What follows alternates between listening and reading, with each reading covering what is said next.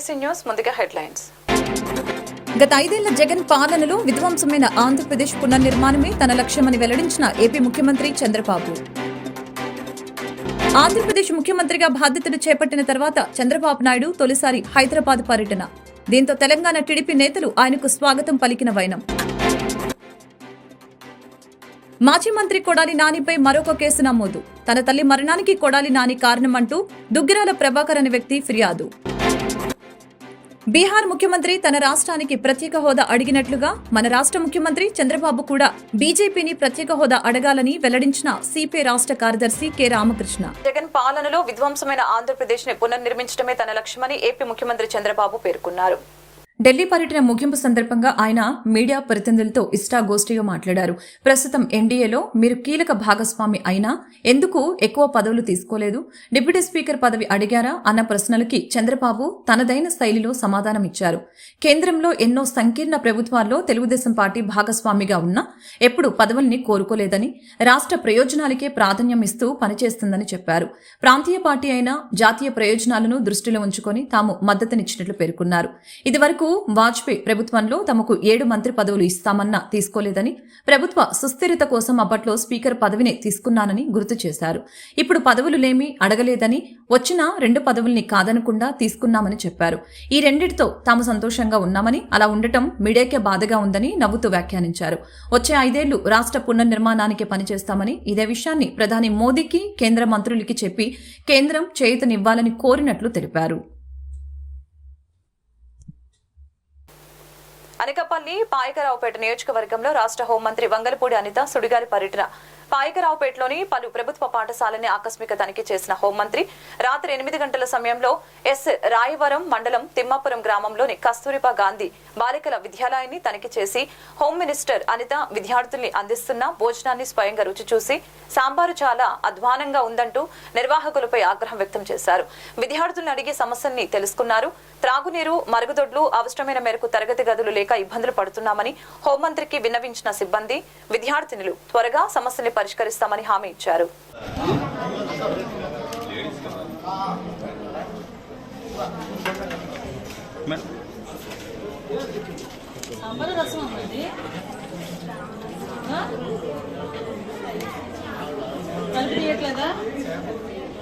పిల్లలకు పెట్టే శుభ్రంగా పెట్టాలి.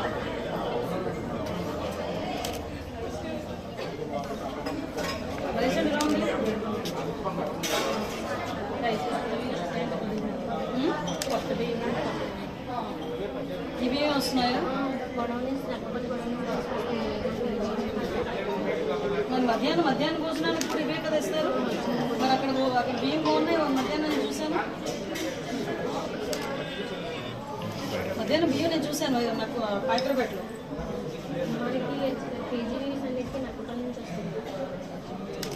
సాంబార్ ఏంటమ్మా? మరి ఇక్కడ కూర్చున్నావే, ఎవరు వండేదెవరు? ఇదే సాంబారా? మీరేం జేబులో తీసి పెడుతున్నారా?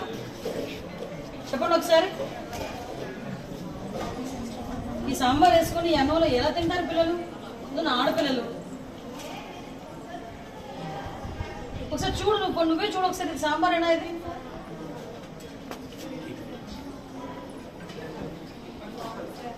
మీరు చూసుకోవాలమ్మా. చూసుకోకపోతే ఎలా అవుతుంది? ఎలా ఏర్పడతారు? వాళ్ళు పెట్టేస్తే ఏర్పడతారు, తినేస్తే ఏమో పరిస్థితి ఏంటి? అసలు ఈ రైస్లోకి ఈ సాంబారు ఏమిటో. ఈ పిల్లలు అలాగే ఉన్నారు. ఏమైందా అంటే ఇల్లు చెప్పట్లే. రేపటి నుంచి తిన్నగా పెట్టు. మళ్ళీ ఇంకొక రోజు సర్ప్రైజ్గా ఏదో రోజు విజిట్ వస్తాం. ఇంకా అదే పరిస్థితిలో ఉంటే కనుక వెళ్ళిపో, వేరే వారి చేత వండించుకుంటాం. అర్థమవుతుందా?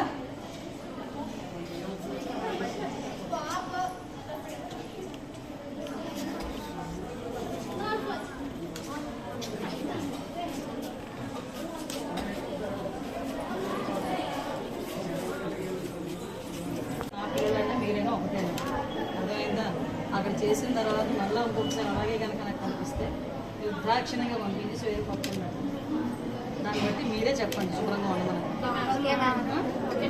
చెప్పండి. ఎందుకంటే మీ గురించి ఇది గవర్నమెంట్ ఇస్తున్న సొమ్ము.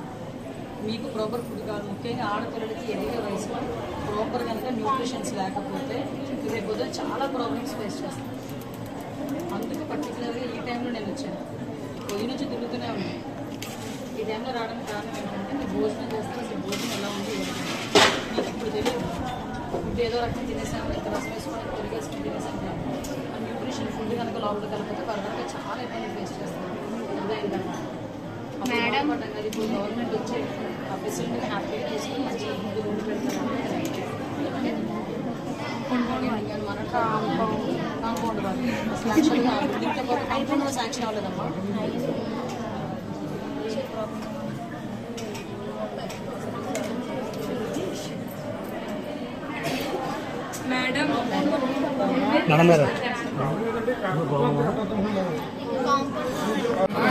నాకు ఒకసారి అది డీటెయిల్స్ వెండర్ డీటెయిల్స్ నాకు తీసుకుంటాను.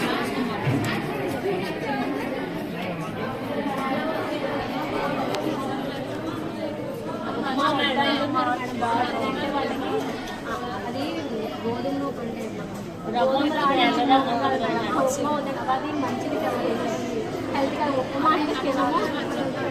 మేము అదే ఉప్మా తిన్నాం మేడం. మంచి కిచిడి పెడతారు వీళ్ళతో పాటు మధ్యాహ్నం లంచ్ తెచ్చుకోండి, ఇక్కడ లంచ్ తెచ్చుకుంటాం. వంట విషయంలో మాకు చాలా ఈజీగా బాగా అడగండి మేడం. బాగా చేశారు, బాగా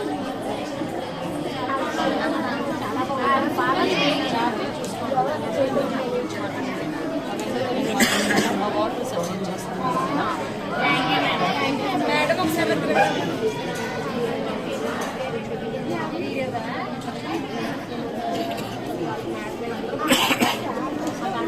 నో డౌట్ చేస్తున్నాం. గవర్నమెంట్ ఏమంటుందంటే మాకు ఎలా చిన్న అంతా కట్టమండి. లేదు మాకు అవ్వదు వాళ్ళకి అవసరం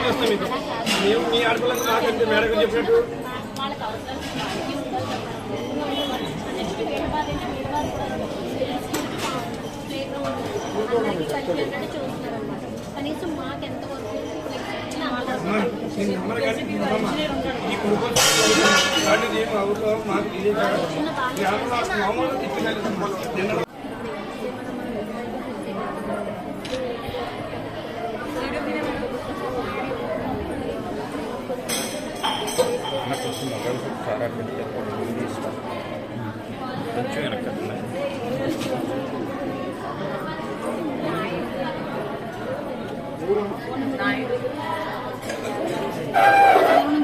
తీసుకొస్తే లోపల తెచ్చుకోవచ్చు.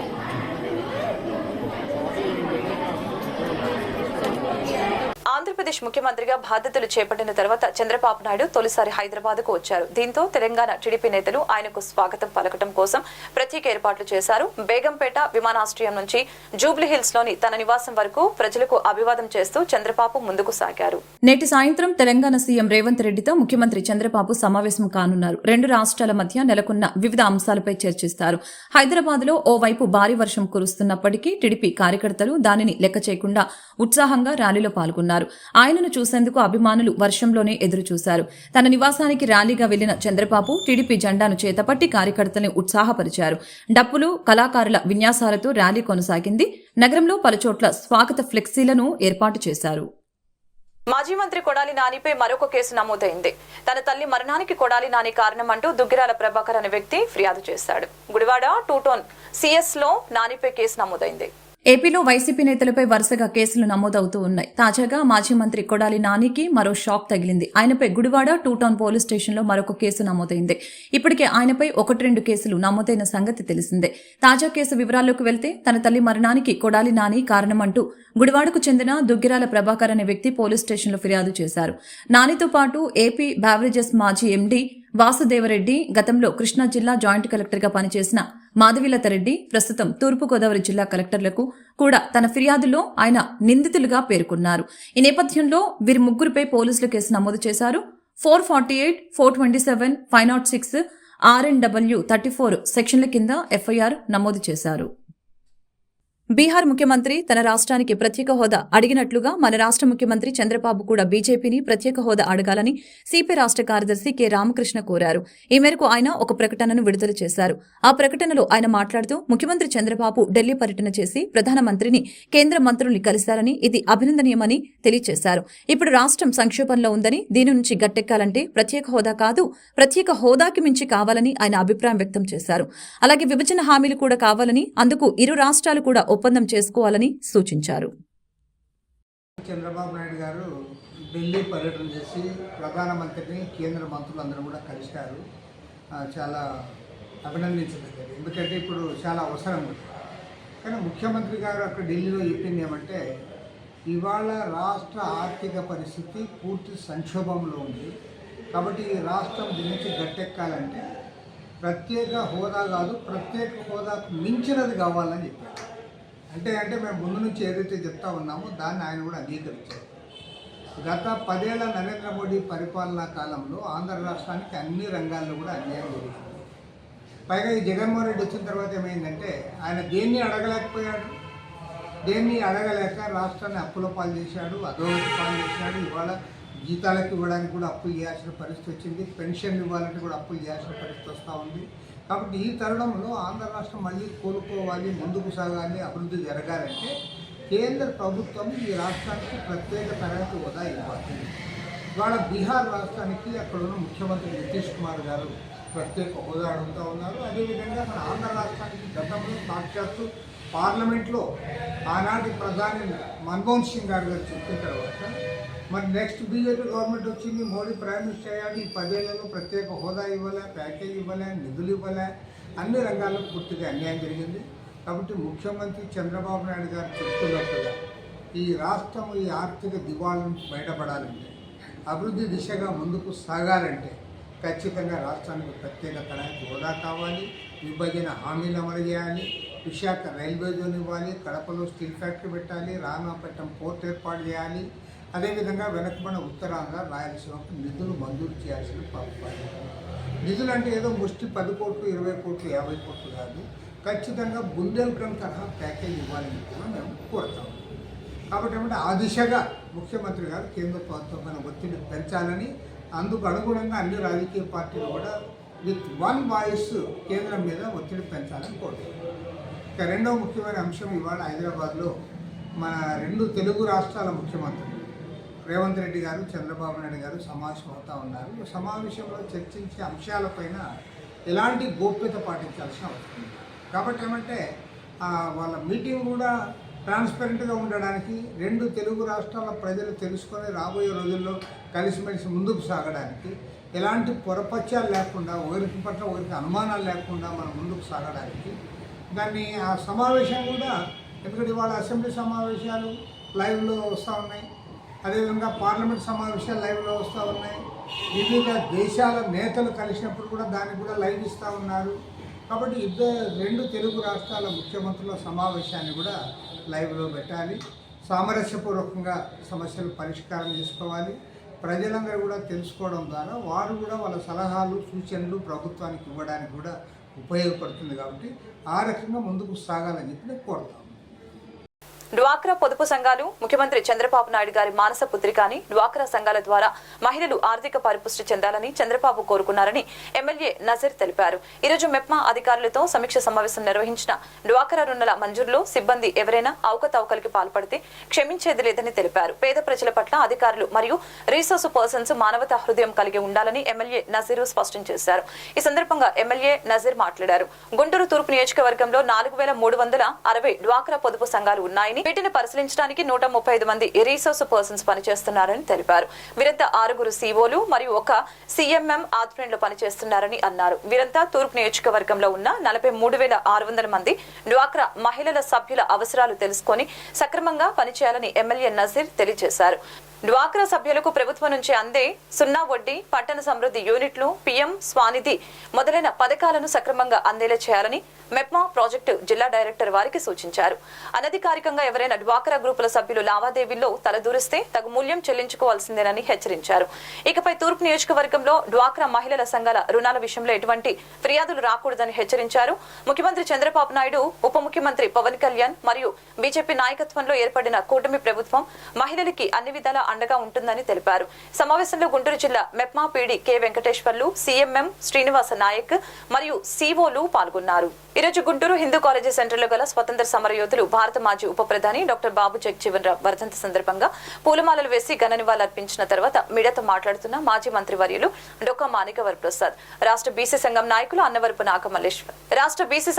అన్నవరపు నాగమల్లేశ్వరరావు, షేక్ జిలానీ, ఎంజేఎస్ఎస్ నాయకులు పినపాటి మోహన్ రావు, దాసరి జాన్ బాబు, కవిబత్తుల విలసన్న, బాజీ, అంబేద్కర్ యువజన సంఘం నాయకులు నల్లపు నీలాంబరం, డోకిపర్రు శేషగిరి, ఆంధ్ర యూనివర్సిటీ జేమ్స్ తదితరులు పాల్గొన్నారు. స్వాతంత్ర సమరయోధుడు, మహాత్మా గాంధీ గారికి ప్రియ శిష్యుడు, భారత మాజీ ఉప ప్రధాని, రక్షణ మంత్రి, వ్యవసాయ శాఖ మంత్రి బాబు జగజీవనరావు గారి 38వ వర్ధంతి సందర్భంగా వారి సేవలను మననం చేసుకుంటా ఉన్నాం.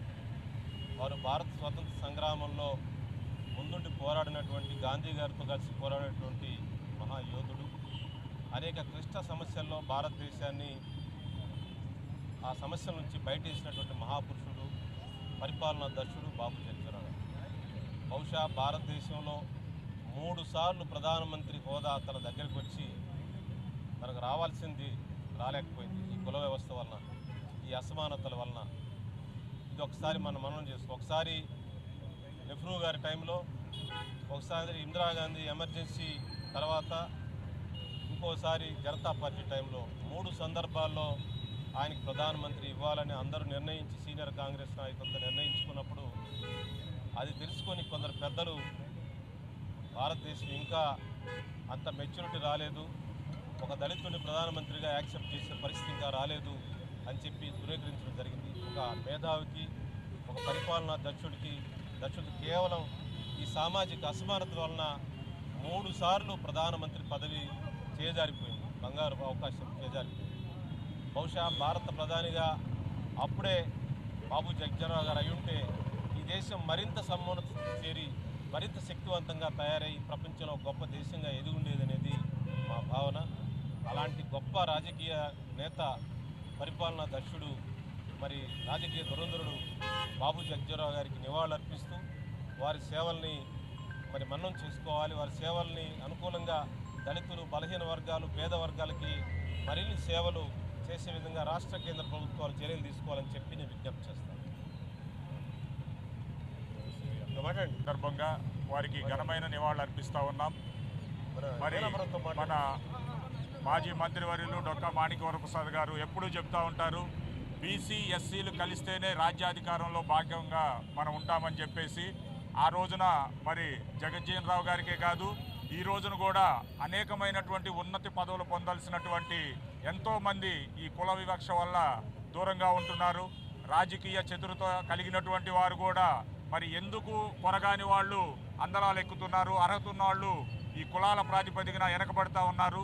వీటన్నిటినీ మనం ఛేదించాలంటే బీసీ, ఎస్సీ, ఎస్టీ, మైనార్టీలందరూ కూడా ఒక ఏకదాటి మీదకు వచ్చి మరి బాబు జగజ్జీవనరావు ఆశయమైనటువంటి ఉన్నత స్థాయి పదవుల్లో మరి వీరందరూ కూడా నిలవేసేలాగా మేమందరం కృషి చేస్తామని వారికి ఘనమైన నివాళులు అర్పిస్తూ ఉన్నాం.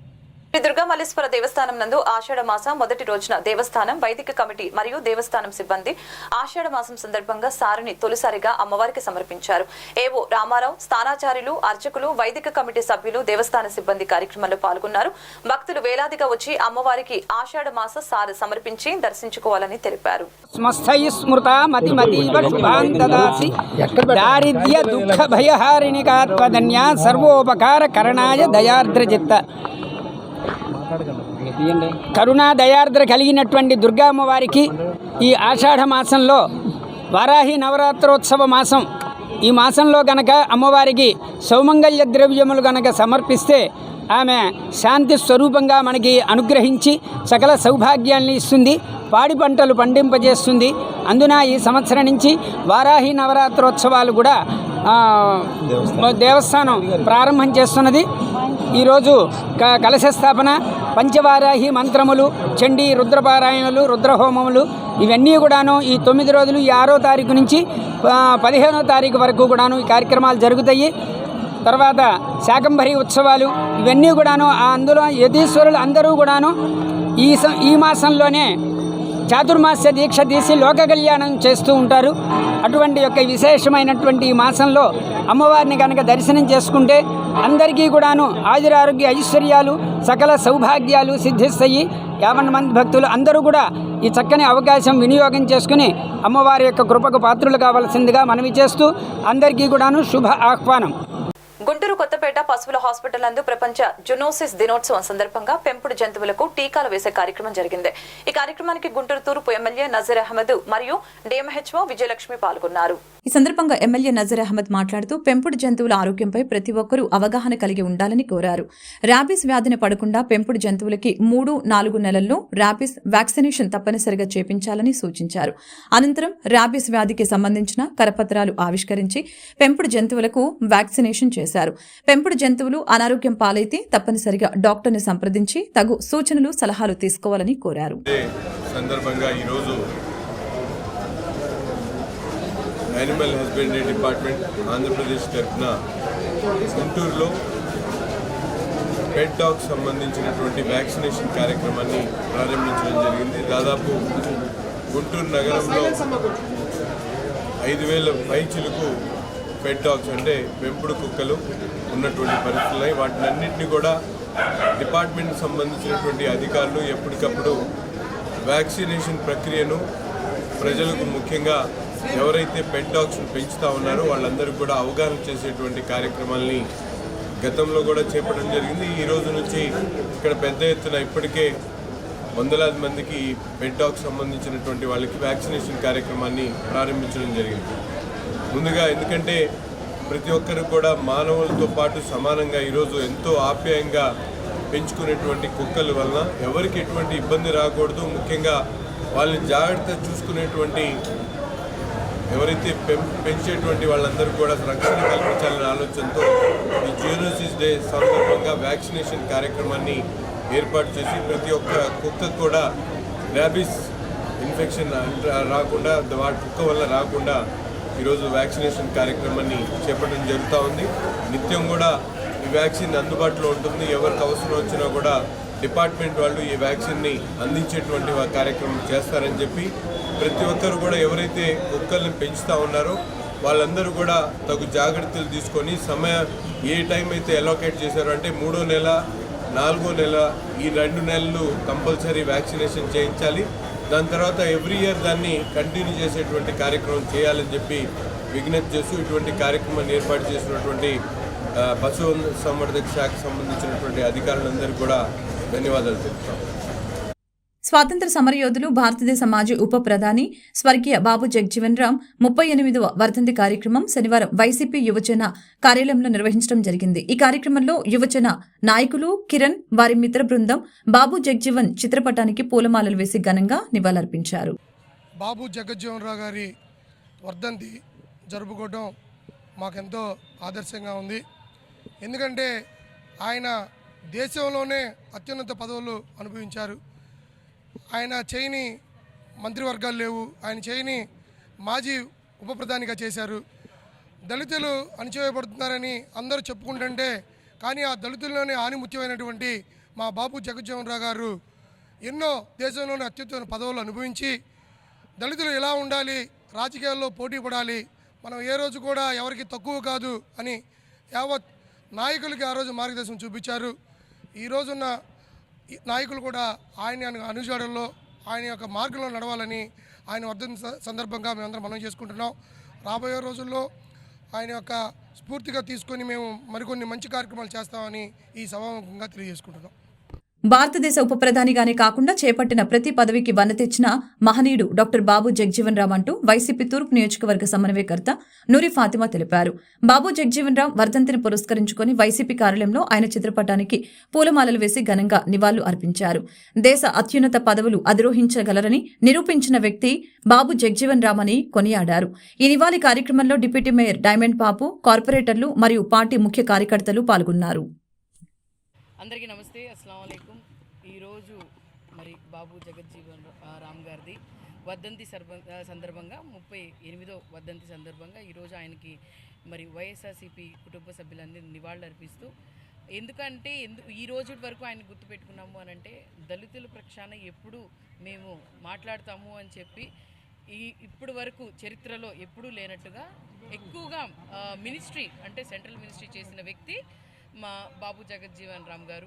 అందుకోసం ఈ రోజు వరకు గుర్తుపెట్టుకొని ఆయన ఆశయాలు ముందుకు తీసుకువెళ్ళడానికి ఏ విధంగా మరి దళితులను అందరినీ సమానంగా చూడాలి, ఎవరిని కించపరచకూడదు, ఎవరిని విభేజించకూడదు అనే ఉద్దేశంతోనే మరి ఎంతోమంది ఫ్రీడమ్ ఫైటర్స్ ఉంటే దాంట్లో కూడా బాబు జగజ్జీవన్ రామ్ గారు ఆయన కూడా ఆయన బాటలో ఆయన ఏ విధంగా చెప్పాలో ఆ విధంగా చెప్తూ ఆయన్ని ఇంప్రెస్ అయ్యే విధంగా, ఎందుకంటే మీ అందరికీ తెలిసిందే జగజ్జీవన్ రామ్ గారు మరి కుండలు దళితుల కోసం వేరేగా పెట్టినప్పుడు ఆయన ఆ కుండ పగలగొడుతూ ఉంటూ ఆ ప్రిన్సిపల్కి ఏ సంకేతం ఇచ్చారంటే మేమందరం సమానమే, అందరికీ ఒకే విధంగా చూడాలి అని చెప్పి ఏ విధంగా సంకేతం ఇచ్చారో అదే విధంగా కూడా మరి ఇంప్రెస్ అయిన తర్వాత దాన్ని అందరినీ కలిపి గట్టిగా ఒకేసారి చూసి ఈ రోజు వరకు మనం ఆయన గుర్తుపెట్టుకొని ఆయన ఆశయాల్ని ముందుకు తీసుకెళ్తూ మరి అదేవిధంగా రానున్న రోజుల్లో కూడా ప్రతి ఒక్కళ్ళకు కూడా మరి ఆ ఏ విధంగా మరి రాష్ట్రానికి ఈ దేశానికి ఏ విధంగా ఉన్నారో అని చెప్పి, ఎందుకంటే ఆయన లేబర్ మినిస్టర్గా చేశారు, అలాగే మరి మీరు చూసుకుంటే రోడ్డు రవాణా శాఖ మినిస్టర్గా చేశారు, అన్ని విధాలుగా రైల్వే డిపార్ట్మెంట్ అన్ని విధాలుగా